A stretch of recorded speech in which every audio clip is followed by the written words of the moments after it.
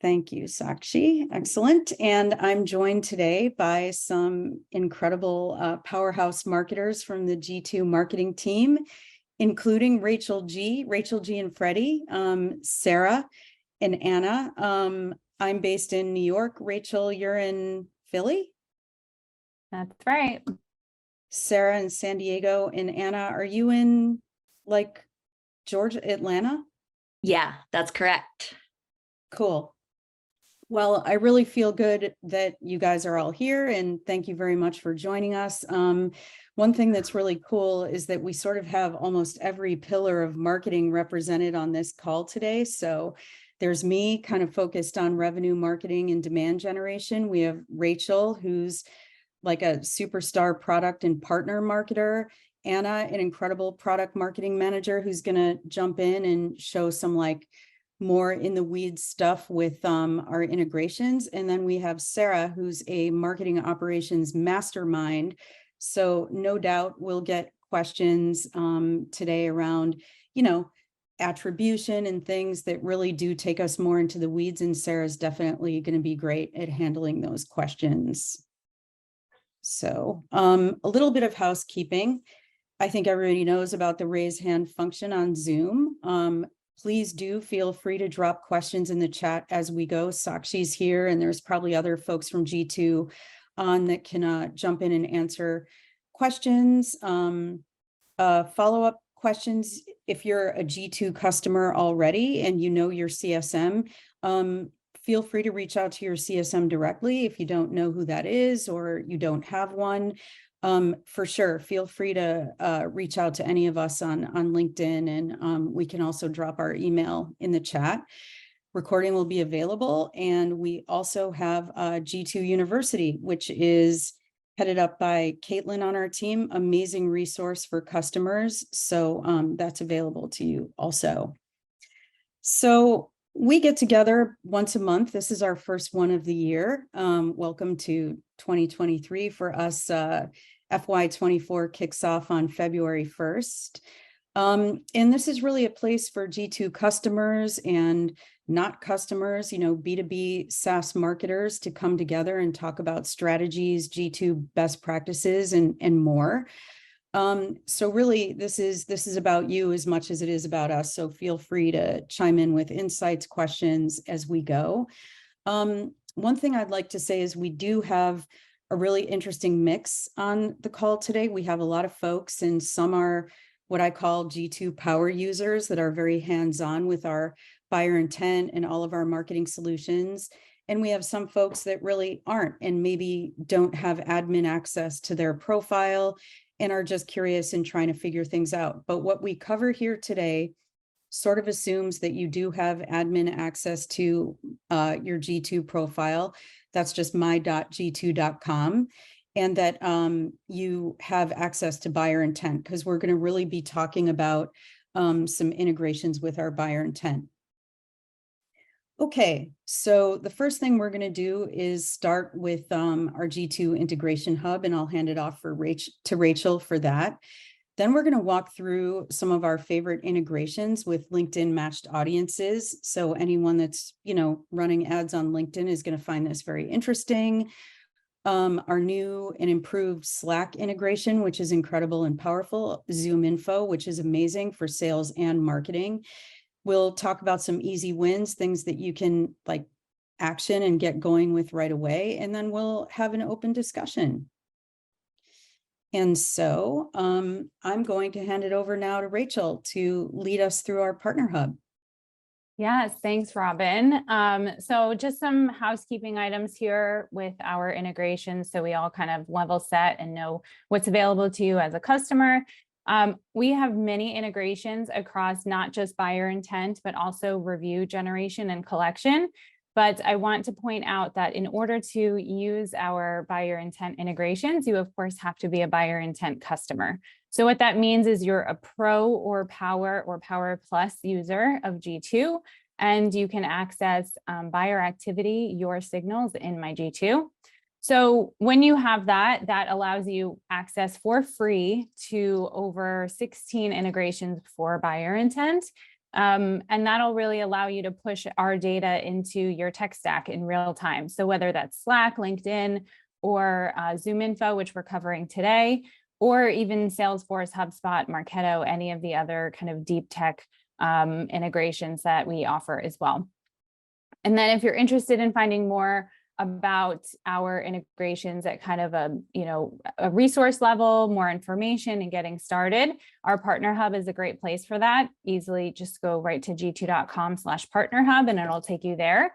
But if you're ready to turn it on, access all of our integrations from our UI, you'll do that inside of My G2 and click on the puzzle piece on the left-hand side. That'll take you to our integrations hub. And Awesome. Robin, I think you're going into LinkedIn first, right? Yes, I am. Thanks, Rachel. So I think probably a lot of folks on this call are allocating some of their paid media spend to LinkedIn. I think it's one of our favorite platforms is B2B marketers, because as everyone knows, we can target by job title, by skill, by company, all the things that really allow us to engage the right audience with the right type of content. But specifically, we're going to talk about G2 buyer intent with LinkedIn matched audiences. We also, by the way, have an integration with LinkedIn Sales Navigator, which is awesome, but this is focused on LinkedIn matched audiences for your paid ad strategy. So this is kind of an outline of, how it all works, and especially with G2 buyer intent specifically. What we do is we integrate buyer intent signals from G2 directly into LinkedIn. So step one is done on the G2 side. You go to my.g2.com, you turn on the integration, and you can start setting up that matched audience. And then on the rest of the steps are really taking place on the LinkedIn side, where you can refine more by job title, skills, things like that. And then really concentrate on your bidding strategy and then your ad formats and your copy, which of course is crucial to success on LinkedIn for advertising. And then setting up landing pages and things on your website. One of our favorite things to do is set up landing pages that really exist just to collect traffic from our G2 integration. So we're retargeting folks on LinkedIn and sending them to landing pages where we can track their behavior over time, track conversions and things like that. So I think to be successful with G2 intent and LinkedIn really, I think requires us to use, it's like, if we think about marketing these days as kind of art and science, and art being maybe 50%, science being 50 or sometimes more. I think what really matters is that we're able to create campaigns and messaging that resonates with the audience based on their recent G2 activities. So what I mean by that is we can pull in accounts that are looking at your product page on G2, your G2 profile, or looking at your category, or comparing you with your competitors. So if you're Greenhouse, for example, I always love to use Greenhouse because their profile looks so great and they're doing a great job. And you're interested in retargeting on LinkedIn people that have looked at your Greenhouse page, you can do that. And you should consider, in that case, serving content that's really more middle of the funnel about you. Maybe that's your opportunity to get demo requests. If they're looking at the category, which might be recruiting software in the case of Greenhouse, maybe you're serving content that's really more thought leadership about recruitment in general, about, recruitment software, things like that, where Greenhouse fits in. You can also, if your profile is looking good on G2 and you have a lot of reviews, it's a great move to spin up a landing page that pushes people back to your G2 profile so that you can retarget them with buyer intent, which is kind of meta, but kind of awesome. And then one super powerful move is also being able to retarget those competitor views. So in the case of Greenhouse, if someone is comparing them to some of their top competitors, you can push those signals through into LinkedIn and retarget with messaging and content that's like, why us over them, and that sort of thing. And it just really makes your LinkedIn advertising so much more powerful. And now I think this is super exciting and could be one of the first times that we're talking about this to such a wide audience. But Anna, I'm going to turn it over to you to talk about G2 Stack. Awesome. Thank you so much, Robin. That was a great segue. Hello, everyone. I am Anna Charity. I am the product marketer at G2 for buyer intent, as well as our new Stack add-on. So to use Stack, it is an add-on to buyer intent. So of course you have to have buyer intent.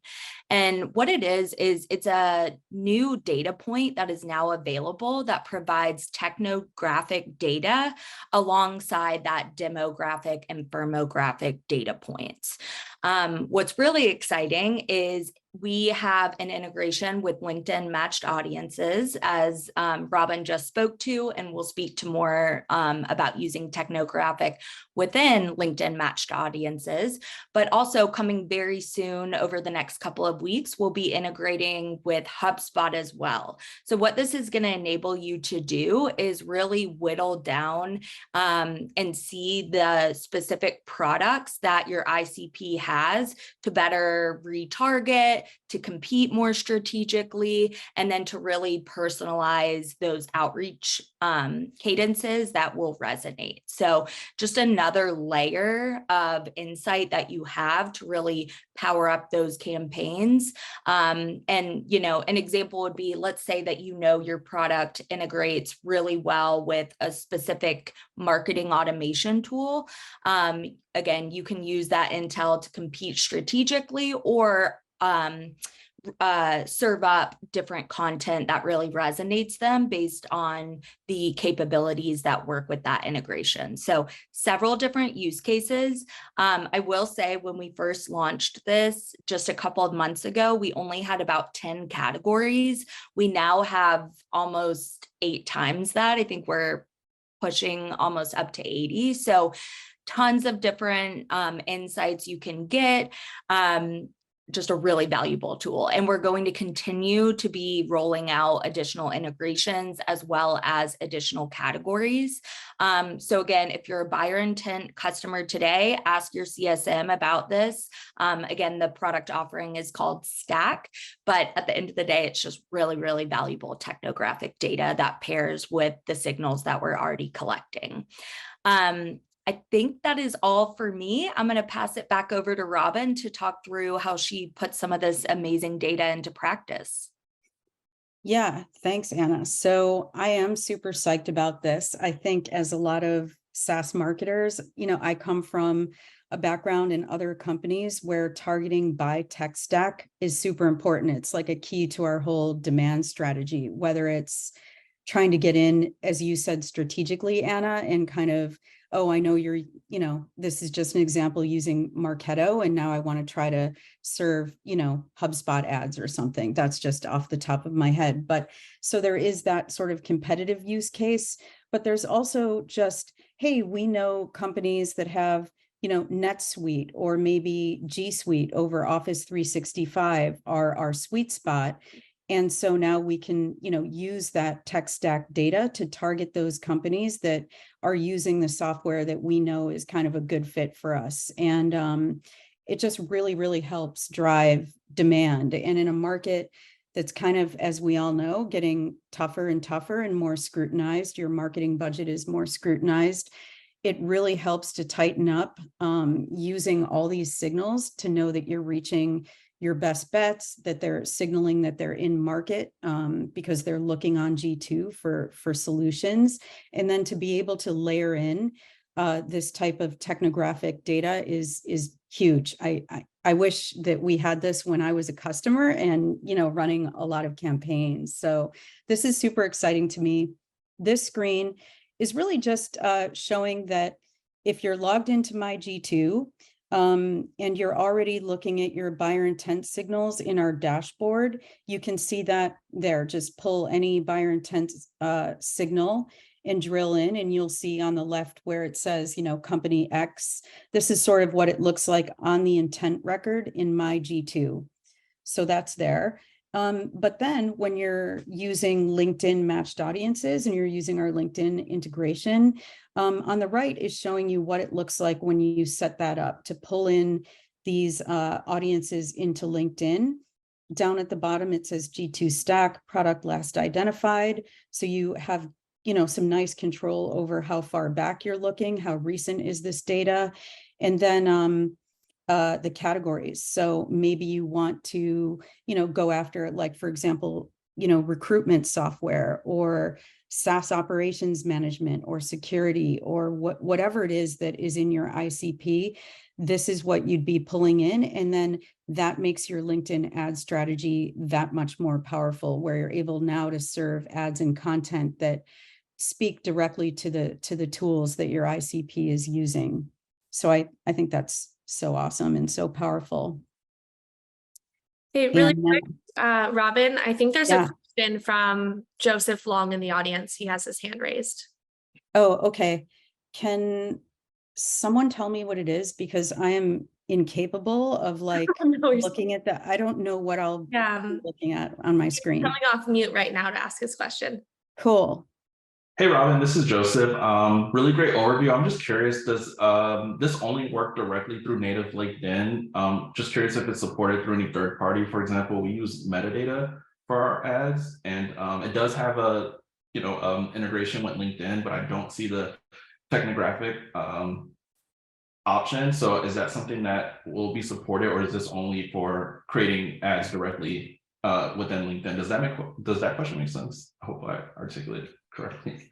It does make perfect sense. I know we also have an integration with metadata, but I'm going to let either Rachel or Anna jump in and answer that one from the product side, because I'm not sure that this technographic data pulls into metadata and then into LinkedIn. Yeah, that's correct. So far we've built out just the LinkedIn integration with Stack. And then next up is HubSpot. It's just kind of how our product team is prioritizing the roadmap.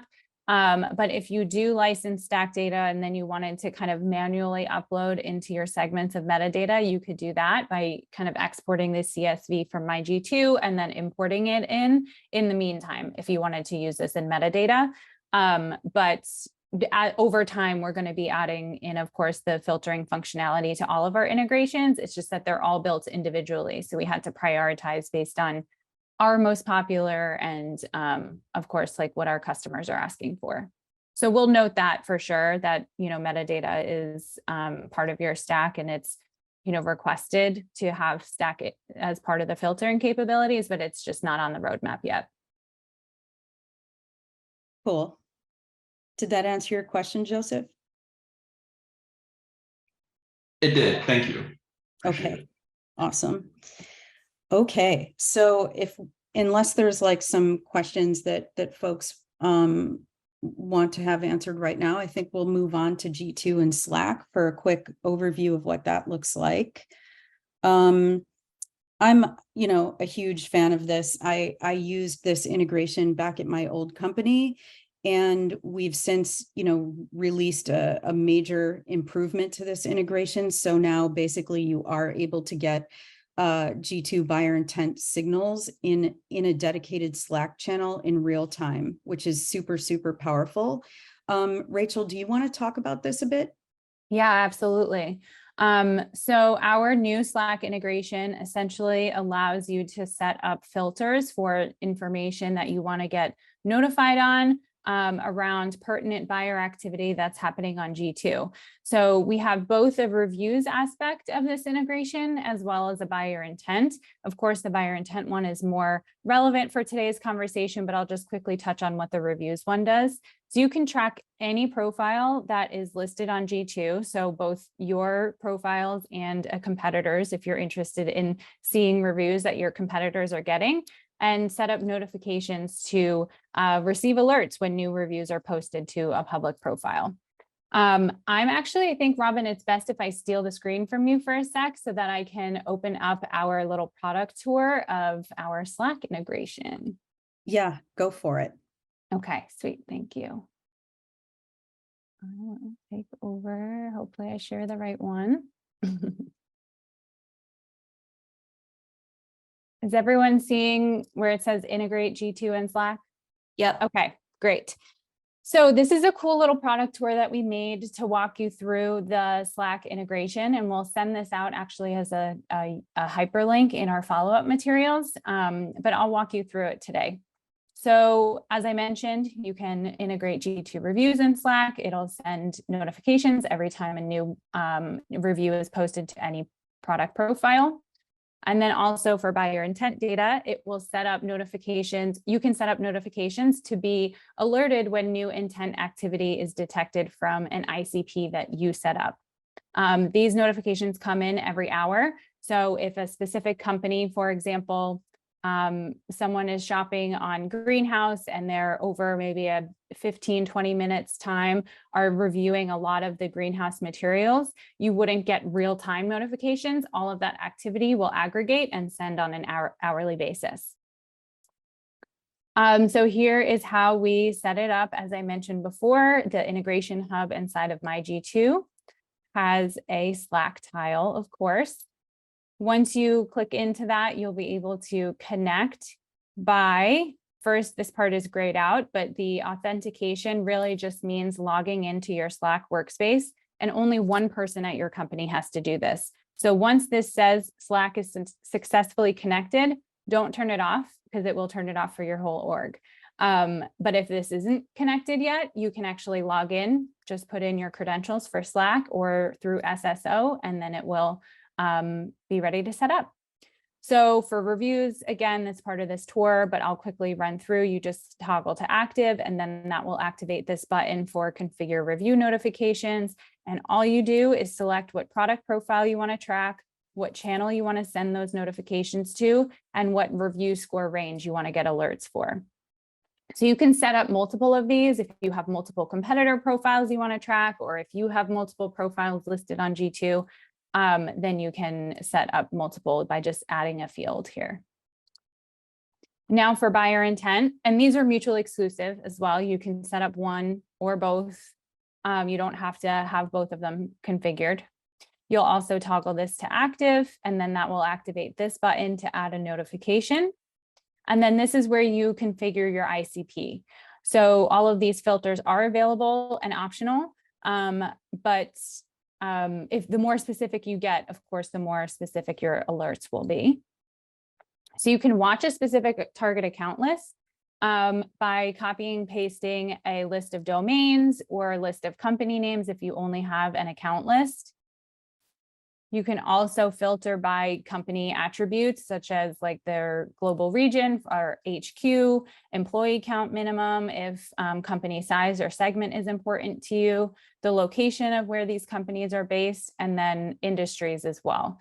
Industries, I will say, be as broad as possible. For example, we target, of course, SaaS companies because G2 is a software marketplace. But there are multiple industries that we have in our taxonomy that cater to software. So computer software or information technology and business intelligence systems. So there's a lot of industries in here. So I would just say either don't use this filter if you want to be really broad reaching, or if you are more specific, just make sure you're, looking through all the categories and capturing everything that's of interest.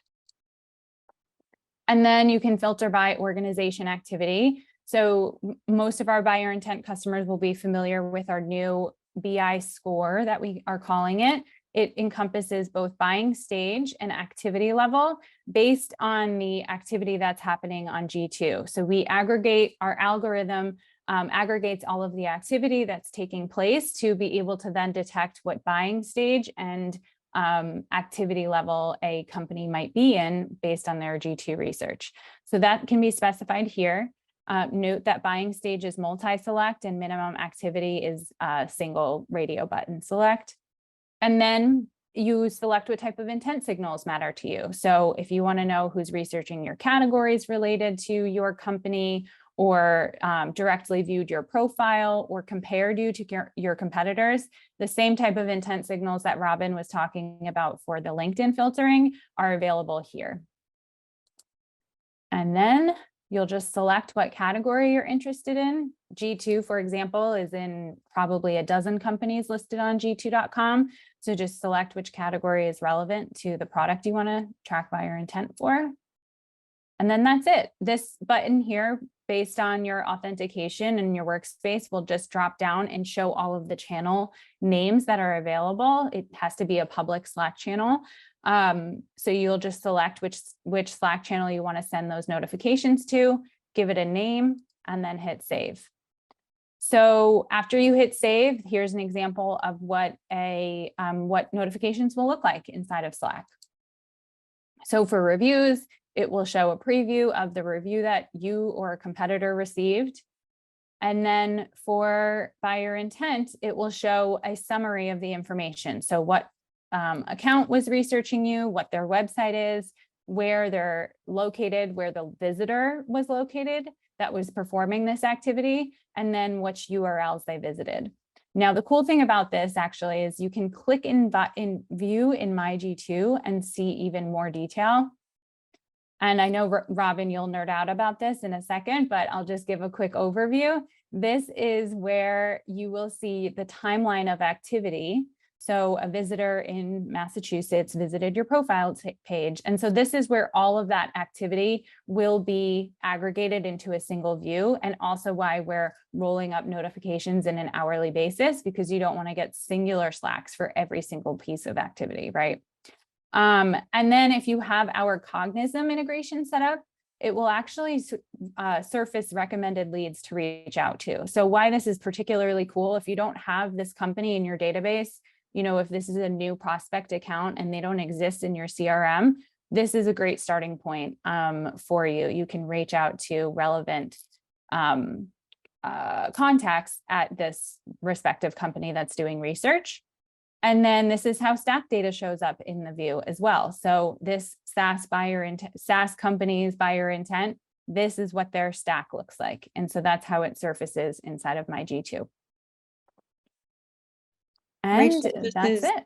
Yeah, I mean, that last view, I think, yeah, you're right. I definitely can't get enough of that. I think when I turned on the Slack integration for us, for the revenue marketing team here, and I clicked through like view on My G2, I almost had like a heart attack. I was like, this is beautiful. Now, why Slack over, or, you know, what's the difference if you already have G2 buyer intent and you're in the my.g2 dashboard? I think there's some of us that are like maniacs about dashboards, and it's like our blankie, and we always have some dashboard open and we're serial refreshers, and I would probably be in that camp, but not everyone has that, and not everyone feels that way. And I think the way, you know, modern workplaces work and communicate and collaborate is in Slack. And so when you're getting these signals in, I said real time earlier, but Rachel, yep, sorry, it's hourly in a Slack notification,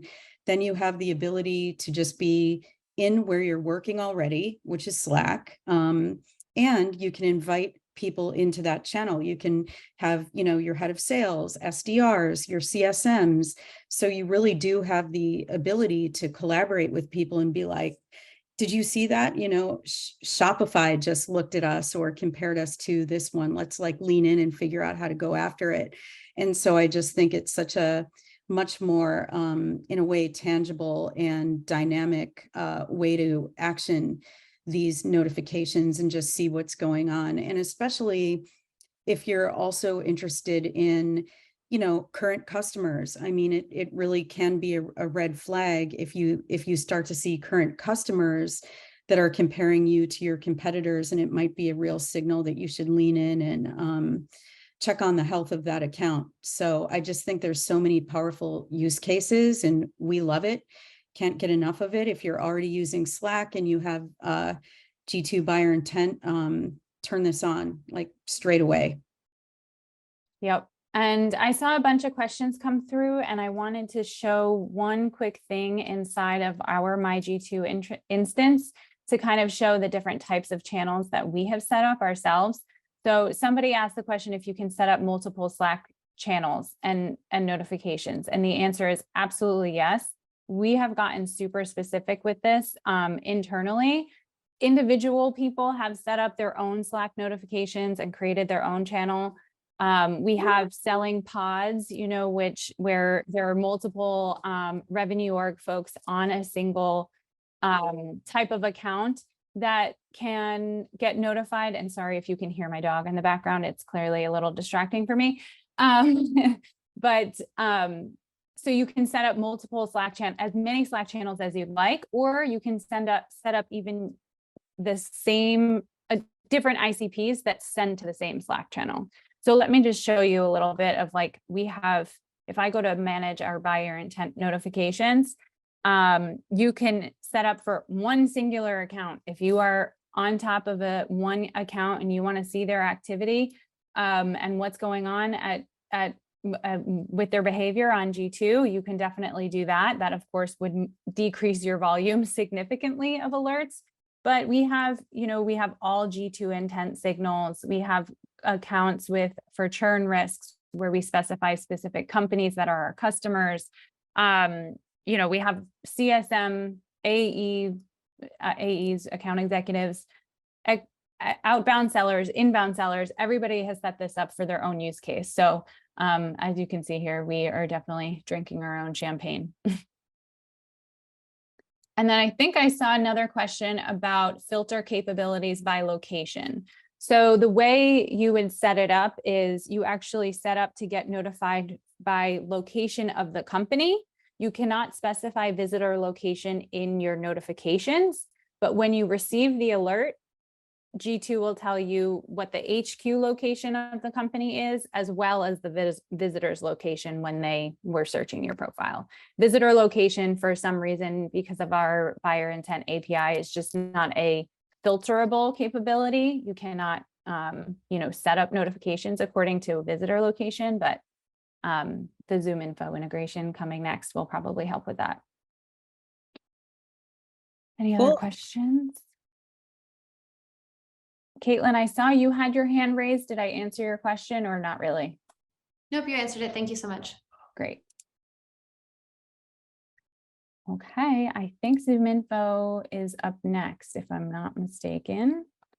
Let's see. Yep. Yes, indeed. Do you want to just walk right into that? I know, you know, we obviously have integrations with ZoomInfo Sales OS and Marketing OS. This one is really going to be more focused on Sales OS. So this is a great moment. And I think we all know in tougher times, I think we all talk a really good game about sales and marketing alignment. But in a year like the one we're facing, I really think it's in all of our best interest to align sales and marketing and have common goals and go after like very quality pipeline and ultimately revenue. And I feel like an integration like this really, really speaks to that. So take us through it. Awesome. Okay, so for those of you who are customers, you know that G2 provides account level buyer intent data. So we'll let you know which accounts and companies are doing research on G2. What we don't do is provide the PII or the personal identification information. We don't provide the PII of the individual users for obvious privacy reasons. So this is exactly but there's a challenge, of course, in knowing who to reach out to and when, and potentially sourcing contacts at those companies. So that's where the ZoomInfo integration comes in. Sorry, I just have to move this little dashboard thingy. Okay, so for folks who want to set up our ZoomInfo integration, you must have someone who is an admin of both your ZoomInfo instance and your MyG2 profiles. If you have multiple products listed on G2, then you will want to make sure that the person who is authenticating this has access to all of those MyG2 profiles. We can help you with that if you're not exactly sure who's a user on the admin side. We have a great relationship with our ZoomInfo folks, and we can help you find the right people if you're at a large org and don't really know where to go. But to set this up, it could not be simpler. You just go into the admin portal of ZoomInfo. You'll click on the little toggle to connect it, and you just provide your credentials, email address, and password. Within 48 hours or so, your G2 buyer intent data will be piping into ZoomInfo. So I will show you what that looks like. This is a dummy account. Everything you see here is fake data. It's not actually representative of G2's intent. So I'll just preface this with that. But when you go into Sales OS, this is your homepage with your news feed. You'll navigate to advanced search to find the filters for G2 buyer intent. And then what this will do is allow you to specify the search that you are trying to find contacts for. You can get as specific or broad as you would like. When you collapse the G2 buyer intent toggle, you'll see you can select visit date, visit type, which is also known as our various intent signals. The related G2 product. So you can see these are our 3 products we have listed on G2. And so that's why it's important to have the admin of all of your products authenticate this so that can be accessed here. And then category and visitor location. So I'm not selecting because I already have a pre-saved search because it would take a lot of time to wait for all of those filters to work. But you can see after I have selected my G2 buyer intent filters, so I'm interested in companies who are researching my product profile, category, comparison, competitors, and alternatives for specifically G2 marketing solutions in the categories of buyer intent, online reputation management, technology review platforms. All of these different categories were listed on G2. After I do that, I can then layer on this ZoomInfo's amazing capabilities of like very, very, very robust business contact and company information. So you can see I've specified for job function. I care about people who care about customer experience and customer marketing and marketing ops, operations, product marketing, sales. So I've specified job function and department by selecting different filters within the contacts. I also can specify company level information by sorting by industry or headcount or financials. And so you can see I've specified all of that here. What this has outputted for me, 804 companies, and I think it's like somewhere in the 500,000s of contacts. So what do I do from here? Well, first, because it took me like 20 minutes to set this up, I recommend saving and subscribing to this search. And that is, you can just add in a search name and a description. And so this will save it for your account and you can reference this whenever you want. But then from there, you can create workflows. So this is super cool functionality. You can see we have one pre-configured. Our technical documentation team set this up for our documentation, but you can configure a workflow and have this sent to, for example, Salesforce or any of the other integrations that ZoomInfo offers. This, I will point out that workflows is, I believe, an additional feature that you have to be a customer of. So if you don't see workflows here, this is maybe a capability that your company hasn't licensed. And then I also will mention that to get this data inside of ZoomInfo, you also have to be a ZoomInfo intent customer.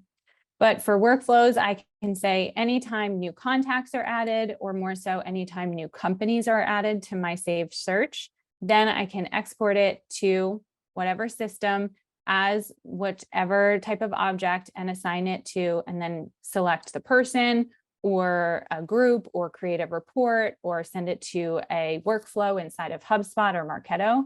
So the opportunities are, of course, endless here, but it really, really proves that it's easy to just pipe data from one system into the next, and you have your workflow set up for you. Because we went really deep into into Sales OS, I'll just show you briefly how to do the same inside of Marketing OS to set up audiences to target via paid social, which is Marketing OS's kind of bread and butter. You will do this by navigating to audiences and then create a new audience, core audience, and advanced filters. And so same filter functionality there. Of course, no contact level data because you can't target contacts specifically en masse, but you can target these companies directly through Marketing OS, same type of filter functions. You can also pipe in a saved search here as well. If you have one from Sales OS, you can bring that in and bring it into an audience. And I think I'm done talking at you. If anyone has any questions, I see some things in the chat. Let's Yeah, see. Rachel, I think that's awesome. I think it's so helpful for people to see it in action. And that's when, I mean, honestly, that's when it really clicked for me. Like, and I thought, I'm going to beat our SDRs at their own game. Like, I'm going to use this and have like some sort of spiff with them to see if I can identify which accounts are kind of like signaling high intent that they're in market because they're on G2 researching, you know, software like ours. They're comparing, they're looking at the category and figure out some way to reach out and get them to a meeting. And I just, you know, I'm amazed at how powerful tools like these are. I think someone asked if we can show intent signals for comparisons. I think just to see, and I mean, I could show it in real life if I share my screen and show our Slack channel, but I don't know if I'm allowed to do that. Anna is saying no. I'm wondering if the question is if it's possible to receive an intent signals for this, or if we actually want to show it. But essentially, I can describe what this means. And yes, comparisons are an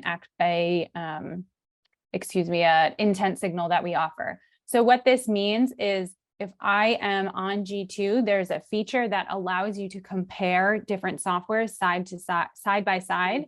And so that will trigger a signal for our comparison data. And so if I'm lining up G2 against company X and company Y, and there's like products and features that show inside of a grid of comparing different tools to one another, then that is what triggers the comparison signal. Mm-hmm.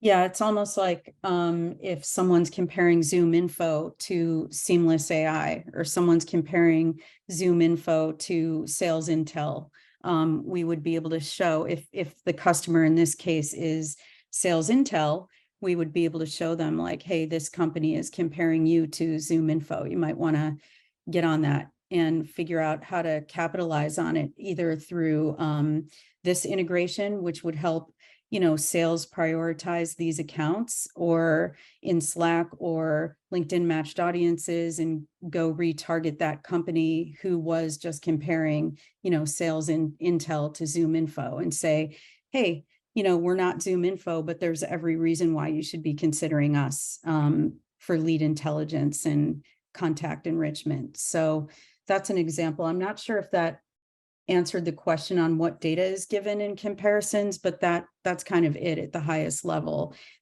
Remember, this is all signals that are coming from within the G2 platform. So when someone is on G2, and we always say like, nobody's on G2 for fun. People are coming here because they're trying to solve problems with software. And we can now proudly say that we have over 6 million visits per month, which is insane, per month, not per year, per month. And so obviously that's spread out across categories and products, but there's a good chance that your category and your product are getting quite a bit of like organic search traffic from people that are looking for a solution like yours. And so this gives you the ability to sort of operationalize and scale how you're prioritizing those accounts that are in market, or retargeting them and running campaigns at scale that can really bring them into your pipeline. Does that make sense? Shall I share my screen again and take us through the rest of the deck, which I don't know, I feel like we kind of covered a lot of this. So, yeah, this slide is here mostly to demonstrate, if you are a user of both G2 and ZoomInfo's intent data, kind of how to think about them differently and together, and where they each might fall in the funnel. And so we haven't had a question about this specifically, but if this does come up and if we want to cover it, we can. But I think you can, you know, move on to the next slides if we want to cover that. Cool. I think this slide is really to wrap up, and this isn't necessarily related to the 3 integrations that we focused on today. I think this is telling a story about the power of G2 buyer intent across the board. So of course, there's integrations for paid media, LinkedIn matched audiences, Rollworks. We use Rollworks for display here because we love the rich targeting. And of course, we can layer in our own G2 buyer intent in Rollworks, 6 Sense also, and metadata. And then the ability to have like real-time or near real-time action in Slack, but then the power of integrating these signals with Marketo and HubSpot, SalesLoft, outreach. If you want to trigger kind of more one-to-one outreach from an SDR or an AE or an account manager, you can do that in SalesLoft and outreach. With Marketo and HubSpot, you can trigger things from the marketing team. Of course, you have to be careful about opt-ins. And we have, Sarah on the call who can really talk to you about how we do that here in a lot more detail. And then we have integrations that power sales and marketing alignment. Again, I think so important, especially coming into 2023. And lead scoring, which is kind of getting into more like deep nerd stuff. Again, Sarah's here and can talk about our scoring model and our attribution model, but we do use Marketo here in Visible, and we do bring in G2 intent into our scoring model so that we can actually raise the score at the contact level in Marketo when we see that signal coming in. Any questions? I'm not looking at the chat, so if anyone sees anything, let me know. Otherwise, I think we should open it up for discussion. And then I did want to leave you with this. We have the powerful gift of intent data.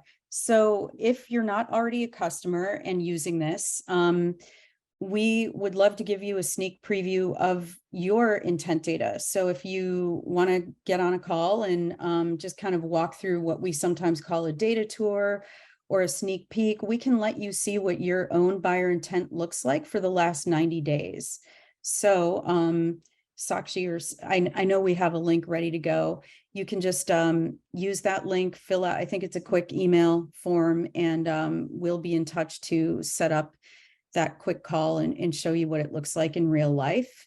If you already have access to it and you didn't know about all this stuff, or you want to get in more detail, please do reach out to your CSM or reach out to any one of us, and we can definitely help with that.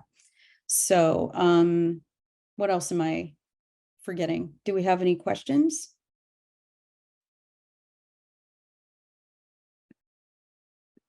Oh, let me share my screen one more time because we have a whole slide about more resources. So we have the Big Book of Intent, which is it literally really is a big book. It's like a tome on what you can do, how to think about intent data at large, not just G2, but other, providers of intent data, what it means. And then there's kind of actionable stuff in the back that really is more based on G2 buyer intent. So I recommend downloading that one. We have our G2 Partner Hub that Rachel already talked through. We have G2 University, which is a great resource for our customers. And then we have these monthly office hours. And I think all those links are being dropped in the chat as we speak. Okay. Well, let's wrap it up, folks. Again, reach out to any of us. If you want to get a look at your intent data, just use that link that Sakshi provided. And thank you so much, all. Thanks, everyone. Thank you. Have a great day. Bye.